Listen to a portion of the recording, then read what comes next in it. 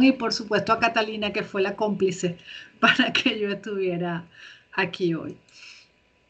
Voy a compartir pantalla para... ¿la están viendo la pantalla? Todavía no. Ahora sí. Ahora viene, sí. Ahora sí, ok. Vale. Te aviso cuando ya esté. Sí, ya está, ya está. Ya.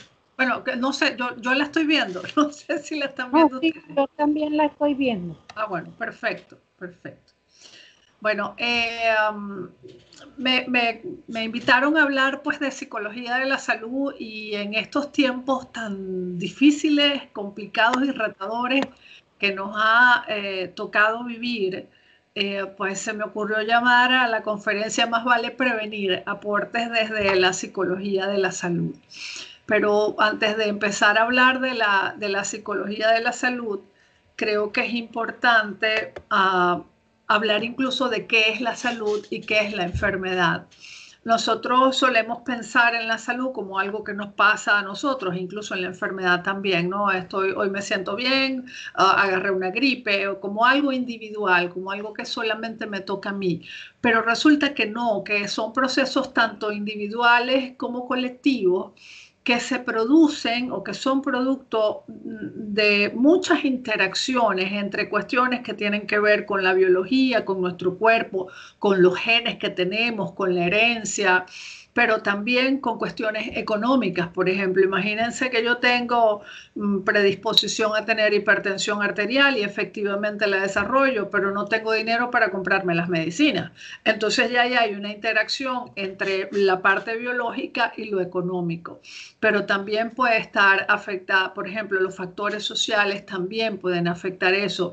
Imagínense, por ejemplo, que yo vivo en un sector donde no llega el agua y entonces eso también va a afectar mi salud.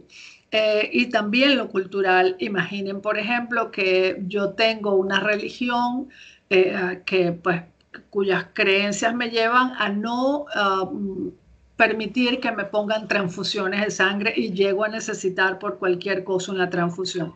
Entonces vemos como todos esos factores van interactuando y se van relacionando para producir lo que realmente es en determinado momento la salud y la enfermedad. Y además todo esto pasa en un momento histórico, como el momento histórico que estamos viviendo ahorita con la pandemia. Si nosotros ponemos además estos dos términos de salud y enfermedad, vemos como no es una cosa de que se tiene o no se tiene, sino que más bien se trata de un continuo, ¿no? Que va desde que uno está muy bien y entonces hablamos de estilos de vida saludables y de conductas saludables, por ejemplo, pero a veces entonces entra el estrés y ya empieza a incomodarnos un poco, puede afectar nuestro sistema inmunológico, nuestras características de personalidad, eso también se ha estudiado mucho, cómo pudieran afectar nuestra salud. A veces hay conductas que no son saludables, como por ejemplo fumar. Después entran los factores que nos pueden predisponer al mismo estrés o la manera en cómo nosotros pensamos, cómo pueden generarnos ansiedad. Quizás no estamos alimentándonos tan bien como deberíamos y así vamos evolucionando las emociones negativas o cuadros, ya trastornos mentales como ansiedad y depresión, y entramos entonces ya a la fase de lo que es la enfermedad, desde detección temprana de enfermedades que si se detectan a tiempo pueden tratarse y curarse. Cuando me enfermo, todas las expectativas que me hago, todos esos pensamientos catastróficos que tengo sobre qué va a pasar con mi vida, cómo me doy cuenta de los primeros síntomas, cómo percibo, cómo entiendo la enfermedad, porque una cosa es la enfermedad y otra cosa es cómo las personas la entienden. Los estigmas que se hacen alrededor de la enfermedad a finales de los 80, por ejemplo, Catalina y Giovanni, yo creo que somos las únicas que vivimos esa época, pero a finales de los 80 hubo todo el problema con el HIV y el SIDA, ¿no? Y entonces todo el estigma, la gente no decía que tenía esa enfermedad. Y otro tanto lo hemos vivido ahora con el COVID, porque la gente le da miedo decir que tiene COVID porque cree que se lo van a llevar a un hospital aislado, no sé cuánto. Entonces hay todo un estigma, el virus chino, eso es parte del estigma de esta enfermedad también. y así las representaciones que tienen los grupos sobre la enfermedad, cómo nos relacionamos los profesionales de salud y los pacientes, cómo es nuestra respuesta emocional, cómo afrontamos la enfermedad y finalmente llegando hasta el final de la vida, cómo se afronta la muerte, pero no solamente quién va a morir, cómo lo afronta la familia, cómo lo afronta el personal de salud que está todo el tiempo expuesto a esto. Ustedes han visto cómo en toda esta pandemia, parte importante ha sido cómo el personal de salud ha manejado todo el estrés de verse expuesto a trabajar con tantas personas que poniendo en riesgo su propia vida, pero además teniendo que manejar tantas muertes. Y también tiene que ver ahí, también entra lo que es la calidad de muerte, ¿no? La muerte digna, ¿no? El morir dignamente. Y entonces caemos en cómo entra todo esto en lo que es la psicología de la salud. La psicología de la salud como área, digamos, se creó en los Estados Unidos en 1978 y Matarazzo la define básicamente como un conjunto de contribuciones educativas, de formación, científicas, profesionales, que digamos que tiene tres objetivos: promover y mantener la salud, prevenir y tratar la enfermedad e identificar las causas y los diagnósticos de la salud y de la enfermedad para analizar y mejorar el sistema de cuidado en salud y formar la política sanitaria. Entonces, si se fijan, no es solamente el individuo, vamos del individuo al grupo, al equipo de salud, a la comunidad. ¿Okay? Todas estas cosas entran en juego cuando estamos hablando de psicología de la salud. Y a veces es difícil diferenciar, ¿no? Poner los límites entre lo que es un área de la psicología y otra área de la psicología. Y aquí, por ejemplo, hay por lo menos 4 áreas que se relacionan de manera muy similar cuando estamos hablando de salud. Tenemos en la primera esquina quizás a la más conocida de la psicología, que es la psicología clínica, ¿no? Lo que uno se imagina siempre un psicólogo es alguien atendiendo a un paciente, ¿no? Tenemos del otro lado también arriba la psicología comunitaria y tenemos en la parte de abajo medicina conductual, que tenemos una excelente representante ahí que es Catalina, y también tenemos la psicología de la salud, que es de lo que se trata esta conferencia.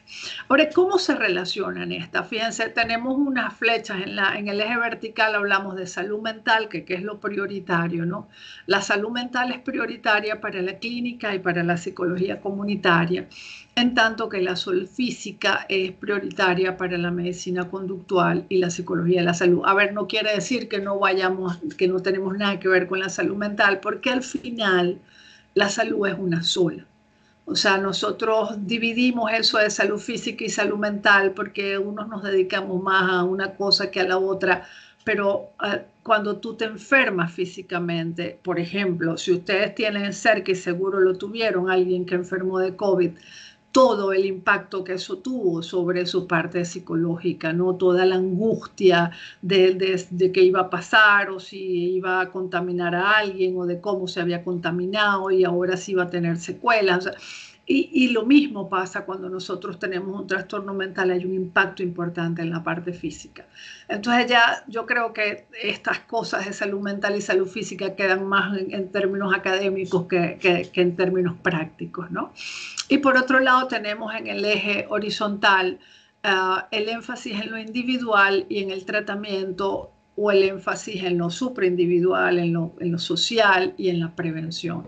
Entonces, hacia lo individual y el tratamiento se irían la psicología clínica y la medicina conductual, y la psicología comunitaria y la psicología de la salud trabajamos más desde la perspectiva social.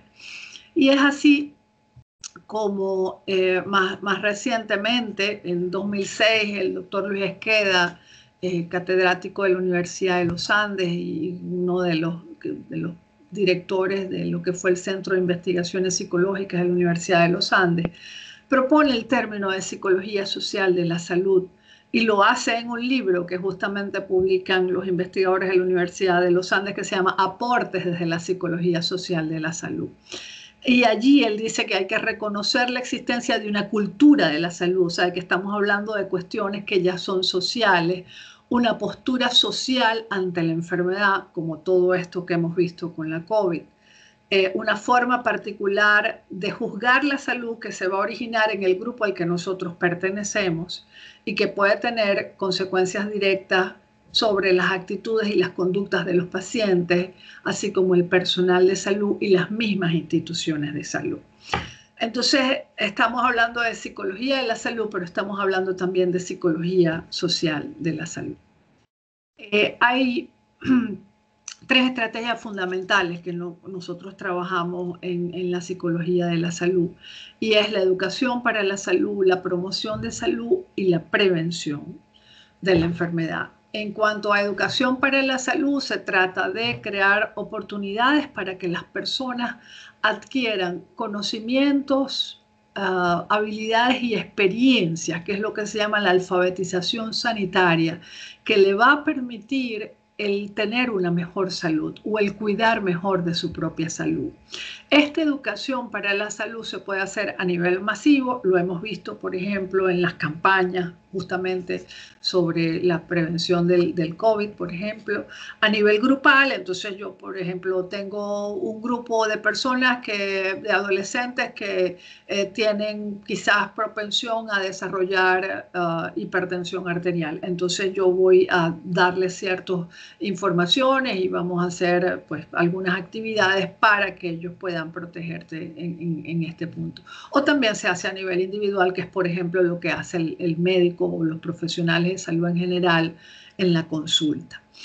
Luego tenemos la promoción de salud, que es un proceso más global, ¿okay? Que abarca tanto las actividades que están dirigidas a fortalecer las capacidades de los individuos, o sea que ahí entraría un poquito también la educación para la salud, pero también aquellas que están dirigidas a modificar las condiciones sociales, ambientales y económicas con el fin de mitigar el impacto en la salud pública e individual. En el caso de la promoción de salud, lo clave es la participación. Lo clave es que las comunidades se capaciten para promover y para participar en ese cambio en el área de salud. Y luego tenemos lo que es la prevención de la enfermedad, que quizás estamos más familiarizados con este término en líneas generales, ¿no? Y van a ser medidas que están destinadas, en primer lugar, que es lo ideal, a prevenir que la enfermedad aparezca. Pero una vez que aparece, entonces está dirigida a reducir los factores de riesgo o a atenuar el avance de la enfermedad y, por ejemplo, la posible incapacitación, la posible aparición de discapacidades en la persona. Y por eso hablamos de prevención primaria, secundaria y terciaria. La primera es cuando la enfermedad no ha aparecido. Vemos, por ejemplo, que también son frecuentes en nuestro país, por estar en el trópico, las campañas de prevención del dengue.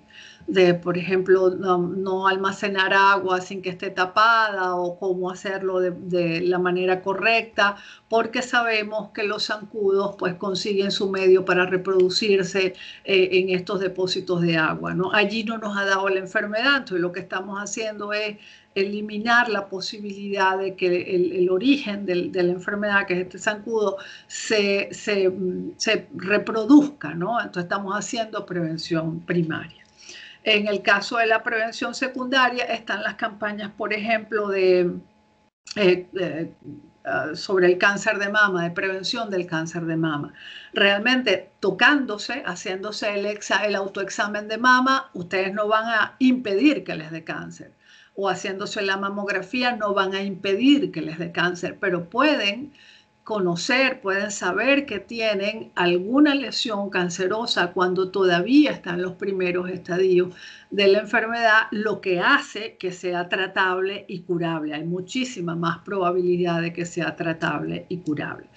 Y ya la terciaria, cuando ya tenemos la enfermedad y lo que estamos haciendo es tratando de que esa enfermedad no tenga secuelas peores. Por ejemplo, un hipertenso que entonces tome su medicación y haga su dieta para evitar que tenga una enfermedad cerebrovascular, que vaya a ser una hemorragia y que, por supuesto, vaya después a tener una discapacidad a partir de este evento vascular. Quería dar algunos ejemplos porque es que era demasiado tentador no hablar de COVID en esta época, dar algunos ejemplos de cómo desde la psicología social de la salud y desde la psicología de la salud se han hecho algunos estudios o hemos abordado algunas áreas relativas a todo esto de la pandemia del COVID. Unas cosas, por ejemplo, ha sido estudiar las representaciones sociales. Como ustedes saben, en los años 20 del siglo pasado hubo también una gran pandemia, ¿no? Que se llamó la peste española, aunque no empezó en España. Y entonces ha sido bien interesante conocer pues cómo fue la representación de esa enfermedad y tratar de hacer paralelismos con lo que estamos viviendo ahora, ¿no? También cómo se estigmatiza a otras nacionalidades, se le ha llamado al COVID el virus chino, ¿no? Y eso ha estigmatizado muchas veces a estos grupos, ¿no? Étnicos. Por otro lado, por ejemplo, el estudio de la identidad social, de la identidad personal y de los valores. Se ha hecho una narrativa de esto como de héroes y villanos y víctimas, ¿no? Por un lado están los héroes, que son los profesionales de salud, que a veces incluso ellos mismos dicen: yo no soy ningún héroe, soy un profesional que está cumpliendo con su trabajo, ¿no? Porque ya el sentirse héroe es como tener todavía un peso mayor sobre sus espaldas. Pero también entonces están los malos de la película, que son las farmacéuticas, que lo que están haciendo es que crearon el virus porque lo que quieren es ganar dinero, en fin, o los gobiernos, que entonces en todas partes del mundo ha pasado eso, el gobierno que es malo, el gobierno que tiene la culpa, el gobierno que es ineficaz a la hora de manejar la pandemia. Y también están las víctimas, ¿no? Que han sido en este caso pues las personas que están en la tercera edad, los adultos mayores y también quienes tienen menos acceso al sistema de salud, los más desfavorecidos. Y también están unos estudios interesantes que se han hecho sobre la metáfora de la guerra, ¿no? Hay un enemigo que hay que atacar, y hay una cuestión, una amenaza. Sin embargo, lo malo de este discurso en la metáfora de la guerra es que deja por afuera lo que es el cuidado mutuo y la empatía, que es muy importante en el caso de la pandemia. Aquí hay una responsabilidad individual que nosotros no debemos delegar en nadie, porque que yo use mi mascarilla y que yo me lave las manos es mi responsabilidad y de más nadie. A mí no me pueden poner un policía aquí al lado para que yo use la mascarilla, sino que es una responsabilidad mía, pues. Entonces, este tipo de metáforas a veces no toma en cuenta estos aspectos. Lo otro, por supuesto, es que la pandemia ha profundizado las desigualdades, ¿no? La pandemia no ha sido solamente un problema a nivel de salud, sino un problemón a nivel económico. Pues porque las medidas para prevenir la propagación del virus, que es un virus por contacto, por partículas, cuando nosotros hablamos, cuando nosotros respiramos, pues las medidas han sido encerrarnos, y han sido encerrarnos en Venezuela y en Inglaterra y en Alemania y en Australia. O sea, estamos todos encerrados. Aquí yo vivo en España y aquí nosotros tenemos todavía toque de queda en las noches. La ponen más temprano, lo ponen más tarde, pasamos unas semanas encerrados, volvemos afuera, pero eso ha significado, por supuesto, una debacle a nivel económico.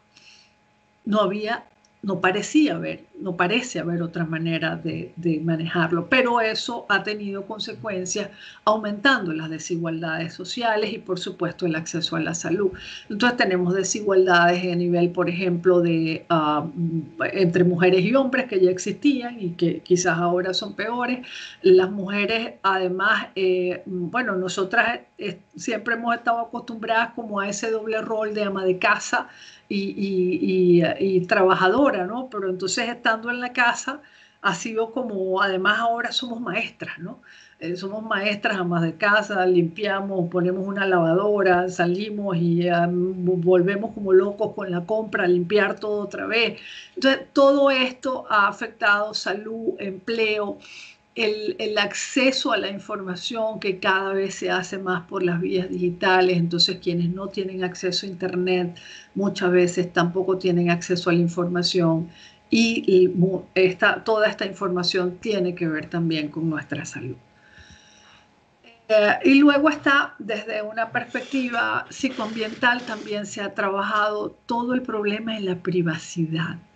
Cuando se detecta un caso de alguien con COVID, pues hay que buscar los contactos. Entonces ya ahí estamos renunciando a nuestra privacidad. Tenemos que decir con quién estábamos, dónde estuvimos, ¿sabes?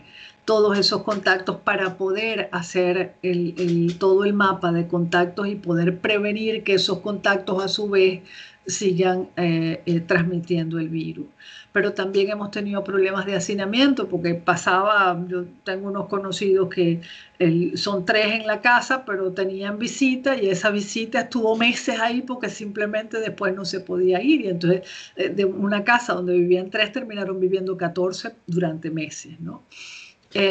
Todo lo que nos ha afectado la distancia social, el no poder estar con los nuestros, el no poder abrazar a los nuestros, el no poder estar con los nuestros cuando se enferman, el que los pacientes de COVID hayan tenido que pasar, cuando han tenido que estar hospitalizados, pasar toda su hospitalización solos, totalmente aislados, sin contacto de sus familiares, ¿ok? Todo esto nos ha marcado y por supuesto lo que les hablaba del teletrabajo. Entonces, bueno, se estudian todas estas consecuencias de la pandemia. Otra cosa que a mí me tiene fascinada es todo lo que tiene que ver con información, infoxicación, infodemia y las teorías de conspiración. O sea, el cómo se originan las teorías de conspiración, cómo se propagan por redes sociales, cómo las consumimos, cómo ¿sabes? En la medida en que hay mayor incertidumbre, pues más caldo de cultivo hay para las teorías de conspiración. Y esto también se está estudiando en el área de psicología de la salud. Y por último, no quería dejar de mencionar a las organizaciones de pacientes, porque los pacientes han curiosamente encontrado en esta pandemia una oportunidad a través del uso de las tecnologías digitales, de las redes sociales, para promover la participación. Yo al menos mensualmente desde que empezó la pandemia participo en 1 o 2 por lo menos actividades relacionadas con organizaciones de pacientes. Entonces se ha establecido colaboraciones entre diversas organizaciones, se ha fortalecido el sentido de comunidad, se ha dado y recibido apoyo a través de estas comunidades virtuales, se ha manejado el aislamiento, cosa que ha sido muy importante, y se ha incrementado la resiliencia y el bienestar. Esto es todo lo que quería compartirles desde aquí. Estoy abierta a sus comentarios o preguntas.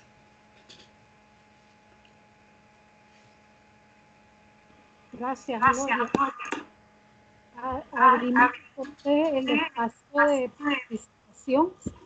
Normalmente los chicos nos escriben a través del chat.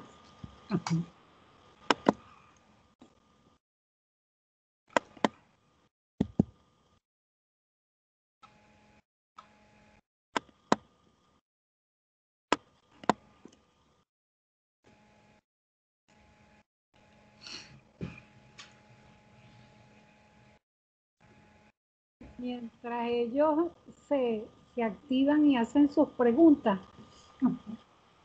me llama mucho la atención, Gloria, estos distintos campos de, bueno, primero porque el propio COVID es algo, digamos, novedoso en el sentido de que no sabíamos nada del COVID y que todo hay que construirlo, ¿no?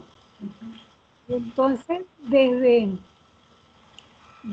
tu, digamos, formación en el área de metodología, ¿cómo has visto que influye la parte de la investigación en definir exactamente en qué áreas indagar, en qué áreas investigar y cómo eso se relaciona con lo que un poco nos interesa desde la educación para la salud? Sí, bueno, creo que había gente que quizás estaba trabajando, porque por ejemplo, en el caso de las teorías de la conspiración, es un tema que ha estado sobre la mesa no por razones de salud, sino por razones políticas, ¿no? Entonces ya había gente que había venido trabajando esta y la cosa funciona exactamente igual. Lo que cambia es el tema, ¿no? Claro, es como muy importante, por ejemplo, una de las cosas que han encontrado es que, utilizando los mismos términos de salud, cuando la gente es inoculada contra las teorías de la conspiración, hay menor probabilidad de que la gente lo crea. Es decir, por ejemplo, los voceros oficiales podrían decir, adelantarse, ¿no? Es decir, miren, hay rumores de que las vacunas son negativas porque les van a implantar un chip y tal, y eso se ha demostrado que no es así. Adelantarse a que ya la idea tome fuerza y eso hace que la gente, no, ya nos avisaron de que eso eran rumores, de que eso no es verdad, ¿no? Por ejemplo, eso en el caso de las teorías de conspiración. Yo creo que cada quien desde su campo empezó como a tratar de ver cómo, o sea, gente que ya venía trabajando, ¿no? Cómo insertarse en esta área. En el caso de la educación para la salud, por ejemplo, es una muy buena herramienta para contrarrestar todas estas creencias de las teorías de conspiración, ¿no? En la medida en que la gente tiene buena información, en la medida en que la gente está alfabetizada en salud, pues tiende a mejorar su cuidado en salud. Esta vez ha sido muy complicado porque realmente las teorías de conspiración han tomado mucha fuerza y se han combinado con los factores económicos. Y lo veíamos al principio, la salud no es solamente tener una enfermedad o no tenerla, no es el producto de todos esos factores. Porque, claro, la gente está muy angustiada, tiene mucha incertidumbre porque ha tenido que cerrar sus negocios. Entonces, al no haber, están como buscando explicaciones que le permitan entender todo esto complejo que está pasando. Y en esa búsqueda de explicaciones a veces caen en las teorías de conspiración. Entonces, ha sido como muy complicado, ¿no? Todos estos movimientos, incluso que hemos visto de la gente que está en contra de usar las mascarillas porque anula la identidad. Y sí, bueno, pero es como escoger entre me anula la identidad o me anula la vida, ¿no? Pero además el trabajar sobre la responsabilidad individual, porque no es solamente que a lo mejor yo tengo 20 años y pues si me da el COVID, pues a lo mejor lo paso un poco mal, pero lo supero, ¿no? ¿Qué pasa si yo le llevo esto a mi abuela, o se lo llevo a mis tíos, o se lo llevo a mis padres que a lo mejor tienen condiciones de salud y que no van a poder salir de esta, ¿no? Ese trabajo en mi responsabilidad, esto es una cuestión de ciudadanía, las conductas de prevención del COVID. Y no es solamente el trabajar a nivel individual, sino eso, a nivel social. Es mi responsabilidad, no es el gobierno, no son los médicos, no son los otros, es la mía. Eso yo no se lo puedo delegar a nadie. Bueno, chicos, tienen la palabra. Tienen la palabra.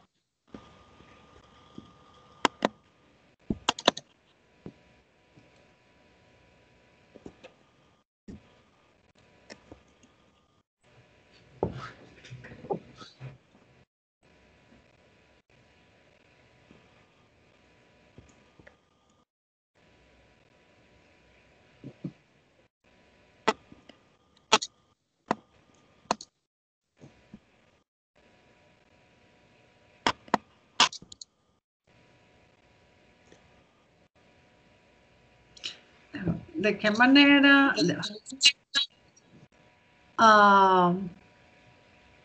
Podemos cada uno de nosotros como individuos influir en educar, promover y prevenir? Muy buena pregunta, es un poco lo que comentaba ahorita, ¿no? Nosotros tenemos una responsabilidad individual de cuidarnos nosotros mismos para proteger a los demás, pero también compartiendo información. O sea, una de las cosas cuando les hablaba de infoxicación, infodemia, información, una de las cosas que ha pasado en esta pandemia es el que, bueno, ciertamente la información es salud, ¿no? Pero entonces al principio, sobre todo, nos quedábamos pegados en el televisor, ¿no? Y veíamos 100 veces al día, entonces que no, que si se murieron más, que si se murieron menos, que si se infectaron más, que si se infectaron menos. Y eso es lo que se llama infodemia. Perdón, infoxicación, o sea que te intoxicas con la información, y eso da pie a la infodemia, que es una pandemia de información, ¿no?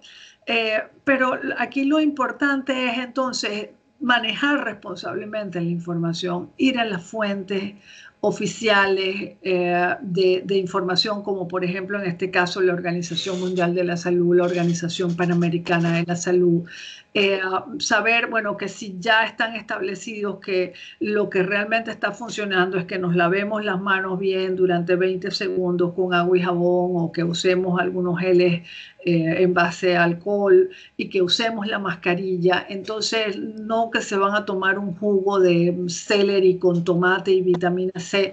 O sea, hagan lo que ya está, digamos, demostrado que funciona.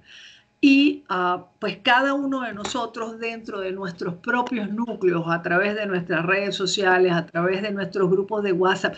Yo me he vuelto una nazi de la información distorsionada en los grupos de WhatsApp. Entonces, no, eso, mira, eso se demostró que es mentira, no sé cuánto, tal. Entonces, mandándoles links con información adecuada. Cada uno de nosotros puede trabajar en prevención primaria, por ejemplo, en educación para la salud a través de eso. Y claro, ya la promoción de salud es más difícil, porque eso sí implica pues, organizaciones, ¿no? Ya eso partiría de las organizaciones. Ok. Me llama la atención, dice otra, no, espérate, es que aquí hay otra. Ya va, que ahora hay varias, ahora llegaron todas las preguntas, pero un momentito. Según su experiencia, ¿cuál sería la recomendación para evitar el pánico y la angustia de seguir en cuarentena? Estar aislados y lidiar con esto, que se puede estar dando una nueva cepa que es inmune a la vacuna que están sacando. A ver, vamos a empezar por esto último. Hasta donde yo he leído, las cepas brasileñas, la británica y la sudafricana están respondiendo a las vacunas, quizás a unas mejores que a otras. Pero no he visto de ninguna cepa que sea inmune. Fíjate, trabajar con esta información es parte de lo que nos lleve a controlar el pánico. El pánico se da porque nosotros sentimos que no tenemos ningún tipo de control sobre esto. A ver, lo cierto es que se está desarrollando una vacuna, que hay estrategias para llevar, por ejemplo, la estrategia COVAX para llevar esas vacunas a Latinoamérica, incluyendo a Venezuela, independientemente de lo que esté pasando, ¿ok? Que tenemos estrategias, como es el uso de la mascarilla y lavarnos las manos para cuidarnos. Es decir, esto ha funcionado durante este año. Es cierto que algunas personas están mucho más expuestas. Ayer recibió la vacuna en Venezuela una de mis sobrinas, que es epidemiólogo en un hospital, y ayer por su cargo de epidemiólogo pues la recibió, pero además ella es la que hace los exámenes de COVID en ese hospital. Así que ella ha estado expuesta todo el tiempo, haciendo todas las conductas que tiene que hacer para prevenir contaminarse, porque además vive con sus padres, que son dos personas que son mayores, que tienen ya, su papá tiene 80 años, por ejemplo. Entonces, eso es bien importante. El sentir que nosotros estamos en control de la situación disminuye el pánico. Por supuesto, también es importante el hacer algunas actividades que nos permitan distraernos. El estar pegados todo el tiempo con la información de COVID no funciona. Si ya yo sé qué es lo que tengo que hacer y cómo tengo que hacerlo, pues entonces es poco más que me falta por saber. Eso yo diría que es básico para lidiar con el pánico y con la angustia. Estar encerrados, bueno, si la persona, porque no puede salir, ¿no? Es importante estructurar actividades durante el día y tener una rutina diaria, que de ser posible debería incluir algo de actividad física y tomar el sol por unos ratitos al día, ¿ok? Eso es bien importante. Otra persona pregunta, me gustaría considerar que los estigmas hacia determinadas enfermedades pueden contribuir a un aumento de la incidencia en el número de casos de las mismas. Es que interesante. Pues yo creo que sí, porque cuando tú te sientes estigmatizado, escondes, lo que haces es que no reportas que tienes la enfermedad, y si es infecto contagiosa, como es el caso de esta, entonces pues simplemente las personas a tu alrededor, si tú no reportas que tienes la enfermedad, pueden contaminarse. Va a depender del tipo de enfermedad, pero en este caso es probable que contribuya a que aumente el número de casos nuevos. Me gustaría conocer su opinión con respecto al manejo general de la salud en el contexto del COVID. ¿Qué pasa con aquellos pacientes vulnerables que por razones de cuarentena no han podido asistir a los centros de ayuda? ¿Considera que hay alguna solución al problema? Miren, sí afecta, claro que afecta. De hecho, a ver, yo estoy vinculada al área de las enfermedades raras porque yo tengo una enfermedad rara y mi esposo también, y nosotros pues estamos prácticamente encerrados desde que empezó la pandemia. Gracias a Dios trabajamos online, podemos hacer teletrabajo y eso nos ha permitido pues estar protegidos, ¿no? Pero se hizo un estudio, lo hizo, no me puedo acordar ahorita el nombre de la organización, pero hay un estudio en el caso de las enfermedades raras sobre cómo las personas habían vivido la pandemia y se habían dejado de recibir atención médica para sus condiciones que no tenían nada que ver con el COVID. Y efectivamente el 70% de las personas reportó que había visto alteradas sus consultas o no había tenido acceso a cierto tipo de exámenes. Por ejemplo, nosotros, por decirles algo, darles un caso concreto, nosotros tenemos que ir una vez al año a revisión en un hospital en Madrid, y este año no fuimos. Nosotros teníamos la consulta, pero nosotros decidimos no ir, porque era mucho más riesgoso ir que pues que nos revisaran aquí y mandaran la copia de los exámenes, y ya el año que viene, si las cosas están mejor y si nosotros estamos vacunados, vamos. Pero sí, efectivamente, sí la cuarentena sí ha impactado en el estado de salud de la gente, por lo menos en que no tengan sus consultas, ¿no? Y la otra cosa que pasa, por supuesto, es que en los picos de la ola, cuando los hospitales están llenos de personas con COVID, pues obviamente por un lado, a uno le da miedo ir al hospital. Entonces muchas veces tienes al paciente que es que tengo un dolorcito en el pecho, pero no quiero ir a la emergencia porque yo no sé si me van a contaminar con COVID en la emergencia. ¿Okay? Entonces ahí ya no es solamente porque no haya la capacidad del hospital o porque el hospital haya suspendido la cita, sino porque la gente no quiere ir a los hospitales para no contaminarse. Que si hay solución al problema es complejo. Yo no sé si solución se puede atenuar. Claro, es complicado en el caso de Venezuela. Aquí lo que se ha estado haciendo es que las consultas son por teléfono. Se hace telemedicina en la medida de lo posible. Muchas veces eso en Venezuela no es posible debido a la calidad de las comunicaciones. Y bueno, y simplemente si es necesario ir al médico, si es necesario mantener ciertas consultas con el médico, pues cuidarse de la mejor manera posible cuando hay que atender a estas consultas. Me llama la atención cómo afecta el COVID en las personas, no solamente a nivel biológico, sino psicológico. Muchos no creen en la existencia del virus. Como dicen, hay creencias de todo tipo que dificultan mucho el bienestar de las personas. Pues además, si la ciencia ofrece una vacuna rápida, entonces es totalitaria. Pero si no lo hace de forma rápida, entonces es frágil y engañosa para la perspectiva de muchos. ¿Cómo podemos erradicar esas creencias que al final solo generan el sentimiento de miedo en las personas dentro de la sociedad? Esas creencias, o sea, primero que esta sensación de incertidumbre que compartimos todos es el caldo de cultivo para que estas creencias se instalen. Entonces, por eso contestaba yo hace algunas preguntas que es importante devolverle a la gente la sensación de control. Cuando tú sientes que tú estás controlando la situación, la incertidumbre baja y hay menos probabilidad de que creas en esto. Una vez que está instalada la creencia en la teoría de la conspiración, por llamarlo de alguna manera, no tiene ningún sentido pelear con la otra persona, porque si peleas con la otra persona, ella se va a afianzar más en su creencia.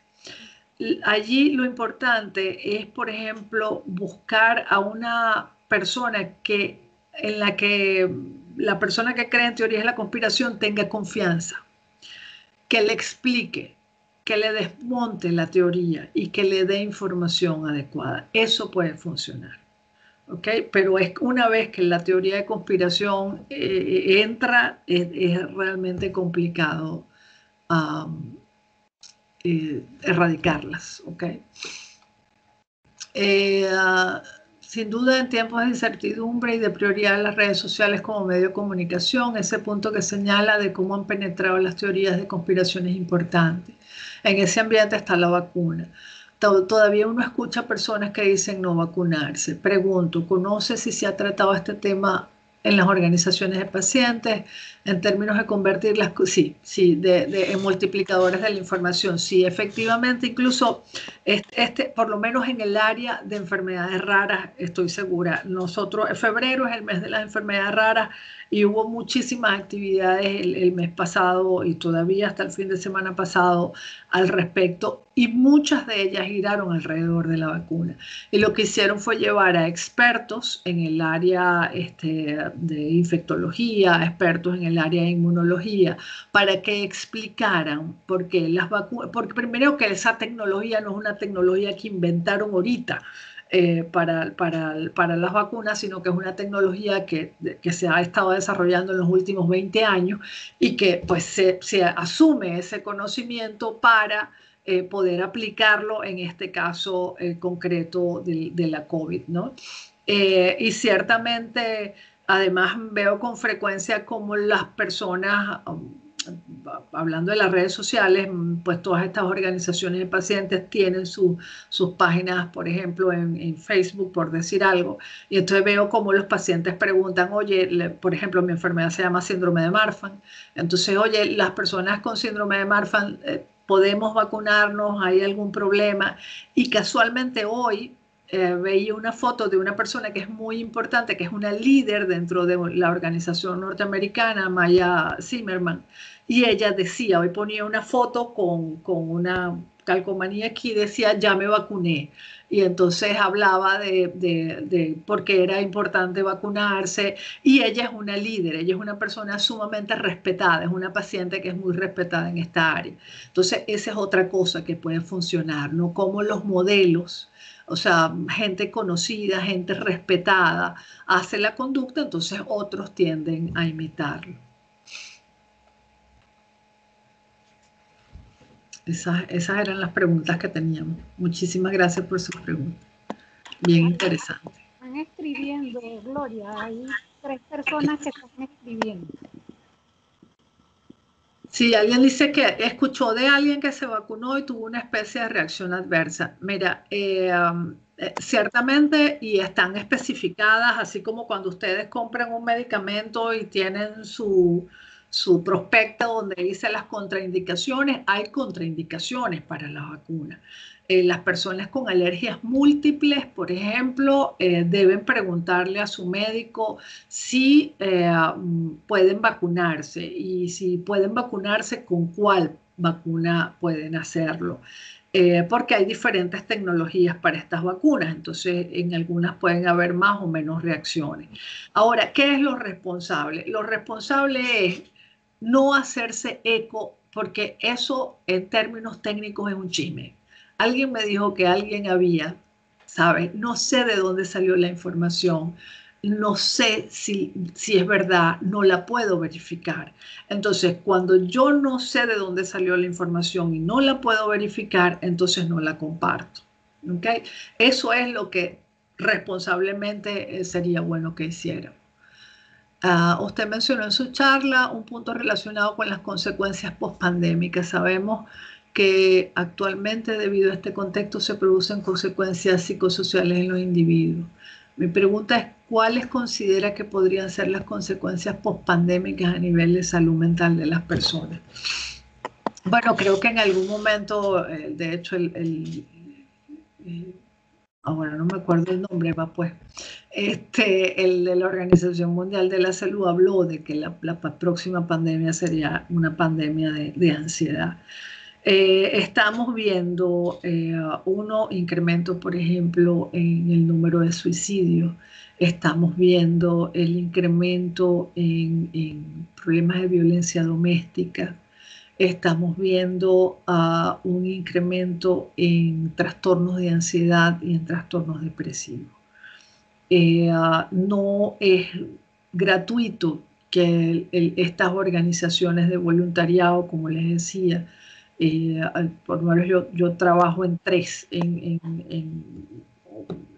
la de psicólogos venezolanos en España, es una que ahorita no está funcionando porque no hemos tenido más solicitudes, pero que al principio de la pandemia tuvimos bastantes solicitudes. En el caso de Psicodiáspora, que es una red que atiende a venezolanos donde quiera que se encuentren, cuando hay algún tipo de crisis, por ejemplo, se activó ahora con la pandemia y antes se había activado con el apagón que hubo en Venezuela.